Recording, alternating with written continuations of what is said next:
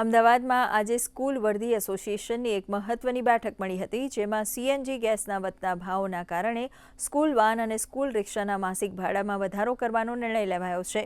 Association દ્વારા જાહેર કરાયેલી વિગતો અનુસાર નવા સત્રથી સ્કૂલ રિક્ષાના માસિક ભાડામાં ₹100નો વધારો કરવામાં આવ્યો છે, જ્યારે સ્કૂલ વાનના માસિક ભાડામાં ₹200નો સીધો વધારો કરવામાં આવ્યો છે. શહેરમાં સ્કૂલ રિક્ષા માટે અત્યાર સુધી જે મિનિમમ ભાડું ₹750 હતું, તે વધારીને હવે ₹850 કરવામાં આવ્યું છે.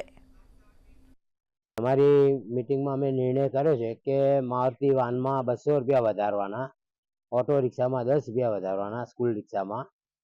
એવી જે રીતે પહેલાં અમે ₹750 ઓટો રિક્ષામાં લેતા હતા, એ જ રીતે હવે ₹850 લઈશું અને પર કિલોમીટરે ₹100 લઈશું. એ જ રીતે વાનમાં પહેલાં અમે 1200 લેતા હતા, હવે મિનિમમ ભાડું ₹1400 થશે અને પર કિલોમીટર 200 વધશે.